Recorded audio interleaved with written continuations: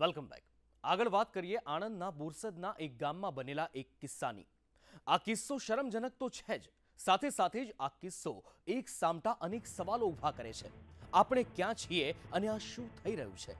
આ અહેવાલ જોઈને એ આપ જ નક્કી કરો।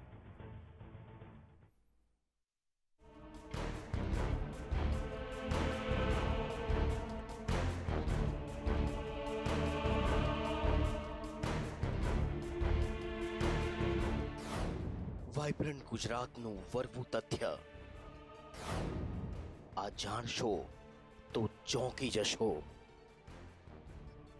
આ દાજી ગયેલા હાથ જુઓ, ચહેરા પર બળબડતા દર્દની બળતરાનો આ અહેસાસ જુઓ। આ જન્મારામાં આવો દિવસ જોવો પડશે એવી ચહેરા પરની વેદના જુઓ। આધુનિકતાની બુલેટ ટ્રેન પર સવાર થવાની વાતો કરતા ગુજરાતની જ શરમથી ડૂબાડી નાખે તેવી આ ઘટના તમને જડ મૂળથી હચમચાવી મૂકશે। જી હા, આ ઘટનાની હકીકત જાણશો તો તમારા પગ નીચેથી જમીન સરકી જશે। આણંદના બોરસદના એક ગામમાં એક પિતા પર તેની જ પુત્રીએ ચોરીનો આરોપ લગાવ્યો।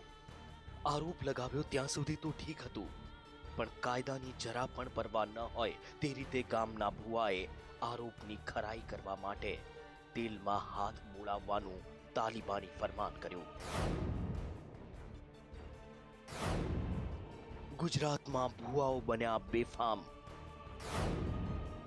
ધગધગતા તેલમાં બોળાવ્યા હાથ। લોકોએ પણ આ ભરાડી ભુવાની વાત માની અને અંધશ્રદ્ધાના અંધકારમાં ભાન ભૂલીને કાળાભાઈના હાથ ધગધગતા તેલમાં બોળાવ્યા। સાથે જ કાકા અરવિંદભાઈ સાથે પણ આ જુલમ આચરાયો। જાહેરમાં જ આ પાપ આચરાયું, પણ તેમને રોકવા વાળું કોઈ જ નહોતું। ઉલટાનું લોકો તમાશબીન બની રહ્યા। હકીકત એ પણ છે કે તમાશબીન બની રહેતા આપણા સૌને કારણે જ કદાચ આવા પાખંડી ભુવાઓ છાટકા બન્યા છે।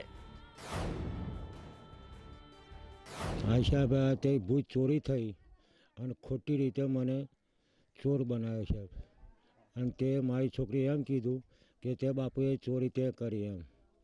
મેં મૂકી મેં નહીં લીધું છોકરી, મેં તો કંકુબેન એવું કહે છે તે બાપુ તે જ લીધી, ચોરી કરી અને મને દેવાન તેલ લાવ્યા। તેલ લાવીને મને તાવો નખાયો, તાવ પર લાવ્યા મને અને લાવીને જયેન્દ્રભાઈની ઘેર લાવ્યા। ઘેરે લાવીને મને ધમધમકી આપીને તાવ પર મને હાથ નખાયો। એ આપણે એ લોકોએ કીધું કે અમારે 2 ગુનેગાર પર શક છે સાહેબ, એટલે 2 ગુનેગારના અમારે સત્તા કરવા છે, તમે તાવો મૂકો માતાજીનો। તે અમે પછી તાવો મૂક્યો અને પછી એ રોટલી મૂકું, ભાઈ આ જો તમે ગુનેગાર ના હોય તો આ રોટલી કાઢી લ્યો। તે રોટલી એમને જ્યારે દાજા ના નીકળી એટલે પછી રોટલી અમે કાઢી લીધી। એટલે એ દાજા એટલે દાજાને ફુલ્લા પડી જાય એટલે ગુનેગાર આ સાબિત થયું। રહી રહીને પોલીસે આ મામલે ફરિયાદ નોંધતા પાખંડી ભુવા સહિત 4ને અટકમાં લેવામાં આવ્યા। પણ પાખંડીઓની આ પ્રપંચ ઝાડનું શું? શું આપણે બસ તમાશબીન બનીને જ રહીશું?